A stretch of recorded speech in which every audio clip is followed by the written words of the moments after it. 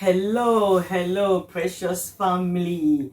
We thank God for the gift of life and for his mercies and his faithfulness towards us.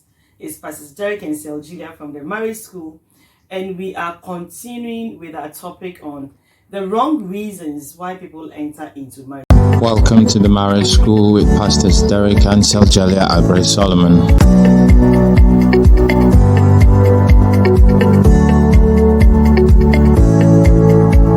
Here at the Marriage School, we believe it is God's will for you to experience marital bliss at its fullest. And as such, we seek to equip you with the practical tools and resources for a successful marriage. Pastors Derek and Seljalia are both ministers of the gospel at Shine Ministries International located in London.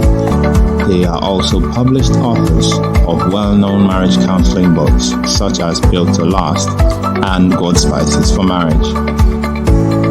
Through the Marriage School, they share their vast knowledge about the marital landscape.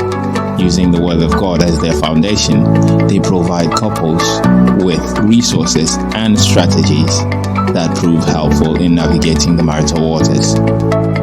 So join us this and every Saturday at 6 p.m. GMT on our Facebook page for fresh and new insights into the world of marriage.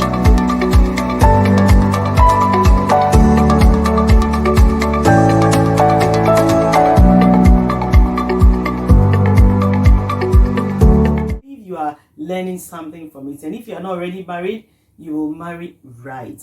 Today we are looking at part 4, and we are grateful to God that once again we have Pastor Derek here with us, looking all handsome as usual, and we will welcome Pastor Derek and take it straight from there. Pastor Derek, you are welcome. Thank you. Hello everybody, God bless you. We hope these videos are blessing you. Please forward them, share them, and give us feedback. Let's know if they are blessing you. Another very poor reason to get into marriage is boredom. That you feel bored, you feel lonely, so you just marry so that you will have company. It's a good thing. Marriage, if you marry the right person, if you get a right spouse, it helps you overcome loneliness, which is a big problem in Europe especially. Okay, but then if you just base on that loneliness to go just marry somebody, it is likely that you will make a mistake, and then you marry somebody who will even compound your loneliness problem, because they are always fighting you. The scripture says it's better to be in the roof corner or in a wilderness than to be in a house with a brawling wife or a brawling husband, okay? A contentious man or woman, okay? So if you just quickly, because, I feel lonely, and this thing happens in Europe a lot, where you travel from Africa, you come in and you life can be so lonely, because in Europe, nobody cares about anybody. Your next door neighbor will not wake up and greet you, will not wake up and find out how you are doing. Very few, very few. Very Social life is very, very structured and individualistic. Everybody is minding their own business. So if you are not careful, you'll be tempted, let me just go and find a girl, come and live with me, or a man, come and live with me. Let me just marry this one quickly, so that at least the loneliness and the boredom will be over. But it can easily backfire. You can make a big mistake, and you realize that you were even better when you were alone. You had peace. So don't just let that loneliness drive you to quickly go find somebody. Pray about it. Make sure that a genuine relationship has started that is not based on anything. Okay, and you genuinely love each other, you are friends, and you are able to do life together before you say, I'm marrying this person. Otherwise, if you just rush because you are lonely, you are likely to go and pick up something that will be a big problem for you. So, Pastor Derek, what's the solution for loneliness then? Loneliness, get busy, bury yourself in the church stuff. Get busy with church activities, with social activities, with work, with studies, with reading, with quality entertainment. And by all means, go out, socialize.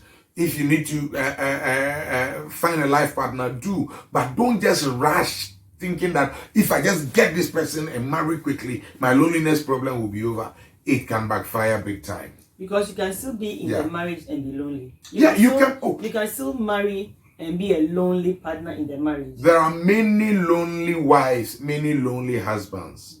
They are married, but they are lonely. And that type of loneliness is more painful than the loneliness that you have when you are not married. So don't rush into marriage just because you feel lonely. Thank you, Pastor Derek. We have taken note of that. Is there any other thing we can learn to Don't marry to better your career chances. So maybe you know that this person is the chief engineer or chief executive of this oil company or something. Once I'm able to weave my way through and marry him, they'll fix me there somewhere. Okay, don't do that. There are some jobs as well that even before they employ you, you have to be married. Show them quickly. You meet Joe Blogs by the roadside. Listen, marry me quickly because I want a job in that bank. I want a job in that airline, and they say I have to be married before. So let's quickly marry. You rush into a marriage because it will open other doors for you as a married person, and that can be a problem. That is a wrong reason to marry, even though it's a benefit you have when you marry. But don't use it to quickly go rush into marriage. It can be a problem for you. I was just going to add that we cannot deny the fact that there are benefits. Oh yeah. And some of those benefits will be career progression. Yes. But There are some positions they will never give it to you if you are not married. Yeah. Positions will never be given to you if you are not married. But don't say that because I want to run for president, because I want to run for MP, I must marry you by force. So that, no, because that can be a big problem. Thank you. I think we are ready for the third one, please. Yes, don't marry a person. Don't be quick to marry because the person is spiritual. Hey, this brother we are in church with, he's very spiritual. Hey, when he starts praying, hey, I get goosebumps. I must marry him. This sister is so spiritual. Every time you see her mouth is moving, blah, blah, blah, blah, blah. She's praying in tongues all the time. He's very spiritual. I must go and marry. You know what? There's a big difference between spirituality as we see it in church, in public, and genuine spirituality in their home. Okay, you don't marry that side. You don't kiss tongues. You don't have conversation with revelations and visions. Okay, so don't be misled. The boisterosity of spirituality in church and in the public place can be exactly the opposite in their marriage, where maybe the person is still so spiritual that they don't have time to chat with you. They don't have time to pray with you or eat with you. And some even think that even having sex with you is carnal, it's worldly. They will not have time, and you will be frustrated in their marriage. And some other people too are very spiritual on the outside, but in their home they are bullies, they are abusers, they are snobbish because they feel they are spiritual. They feel they are authority figures. They are spiritual. They don't have time for you, and you will be miserable. So please, it's good to marry spiritual people, but take your time and look at the person's character and be sure that in spite of the fact that this person can pray in tongues and fire and do all that, they have patience, they have love, they can play with you, they can chat with you, they genuinely love you, you also genuinely love them. You two can sit down and talk for hours without getting bored. Like you sit down 10 minutes, as you are chatting, he starts praying in tongues, or he gets up and every day he's fasting, and you will be frustrated, okay? And you know that you went into a marriage with a wrong reason. We don't marry spirituality. In the marriage, you marry the person, not a spirit. You are not a spirit. Okay, you are not a spirit. So don't be overly impressed with the spirituality of people. And it's good to marry a spiritual person, but don't just go and marry because of the spirituality. Okay, that can be a problem for you. So you need to know that there's a big difference between character and charisma. Yeah. So the fact that somebody is charismatic does not necessarily mean that he or she has... Does not necessarily mean that they are characteristic. That they have good character. That the fact that a person is charismatic does not mean they are characteristic. No. Okay.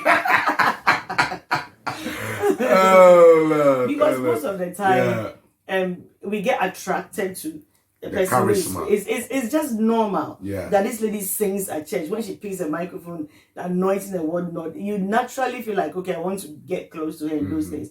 But you really have to be careful. Yeah. Marry the character. Yeah. The next one is, don't marry a person because of their gifts or talents. This sister can stand in front and sing, oh, and everybody is crying, and her voice, oh, I have to make her my bride. Brother, you are not going to eat soprano. You are not going to eat soprano. Talent.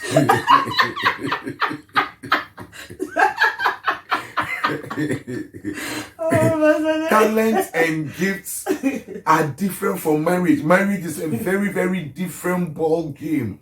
That the brother, he preaches, he's got word, he's different. Jesus himself said, man shall not live by bread alone. Man shall not also live by preaching alone. Okay? That the guy is a good preacher doesn't mean he'll be a good husband. Just a good singer doesn't mean she'll be a good husband. Many of them fail. Many of them. Oh, he's a great keyboard. Hey, when he's on the instrument, wow, I have to make him my husband. So that because I also sing, then the two of us, we can become a duo or a duet or a dual. I'm telling you, it will end up becoming a duel. Okay?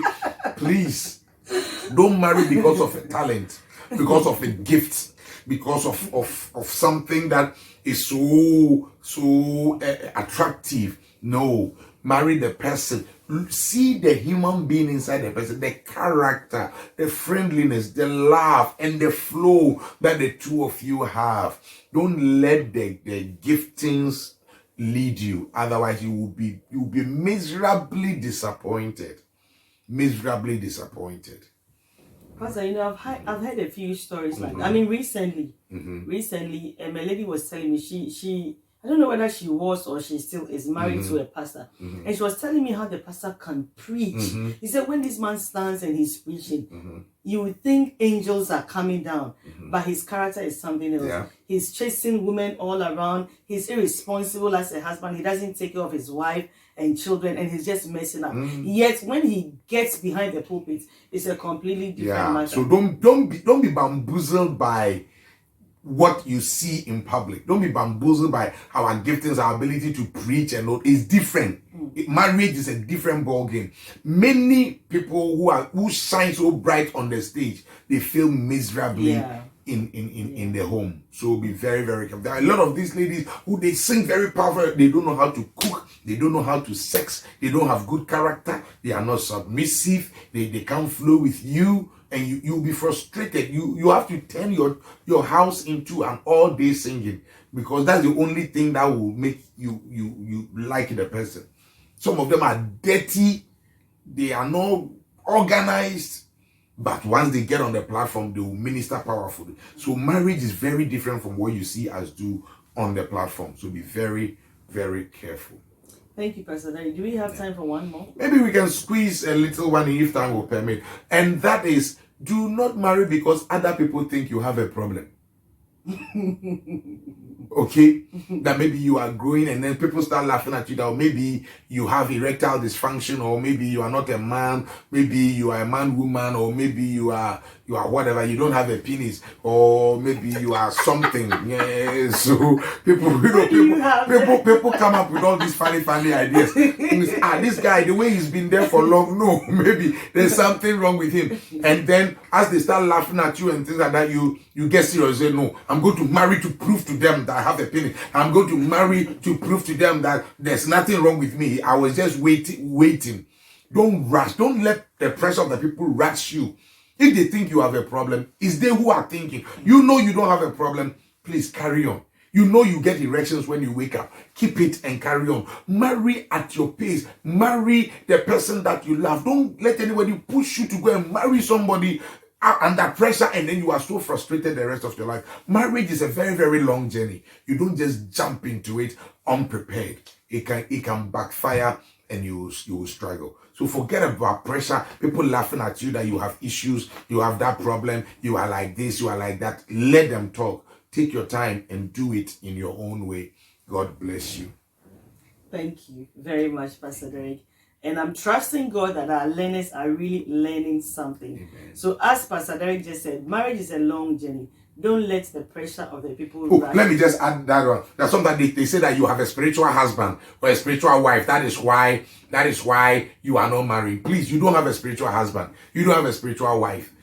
Time and chance happened to them all, and in his time he makes all things beautiful. Don't let people force you to go and marry because they are accusing you that you have a spiritual wife or a spiritual husband. Okay? All right. Thank you. God bless, God bless you. Bye-bye. And have a good week. Bye. Bye.